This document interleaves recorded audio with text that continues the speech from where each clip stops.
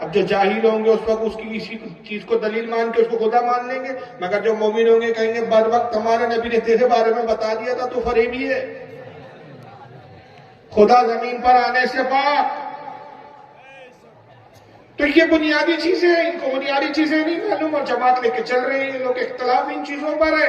تو عطا اللہ شاہ بخاری قادیانی کے سامنے بیٹھے، غلام احمد قادیانی سے کہا کہ تو نبی، اس کی دلیل کیا ہے؟ اس نے کہا میری دلیل تو قرآن میں، اور اس نے قرآن عظیم کی آیت پڑھی، انہوں نے آیت پڑھی، صرف پارہ وغیرہ نہیں بتایا، میں بتا دیتا ہوں، پارہ 28 کی آیت تھی وہ، سورہ الصف آیت نمبر 6۔ تو غلام احمد قادیانی نے کہا کہ قرآن میں میرا ذکر ہے کہ حضرت عیسیٰ علیہ السلام نے فرمایا تھا، جس کو قرآن نے اللہ نے بیان کیا، مبشرم برسول یأتی من بعد اسمہ احمد، کہ عیسیٰ نے کہا کہ لوگوں میں تمہیں اپنے بعد ایک پیغمبر کی بشارت دیتا ہوں جن کا نام احمد ہوگا۔ تو یہ احمد سے مراد کون ہے؟ بولیے۔ ہمارے آقا رسول اللہ صلی اللہ علیہ وسلم، اس لیے کہ آقا خود فرماتے ہیں کہ میرا آسمان کا نام احمد ہے اور زمین پر میں محمد ہوں، مہی احمد ہوں، مہی محمد ہوں۔ تو عیسیٰ نے کہا میرے بعد پیغمبر آئیں گے، ان کا نام کیا ہوگا؟ احمد۔ تو غلام احمد قادیانی اس آیت کو بیان کیا اور کہا کہ جس احمد کا ذکر آیا وہ احمد میں ہوں۔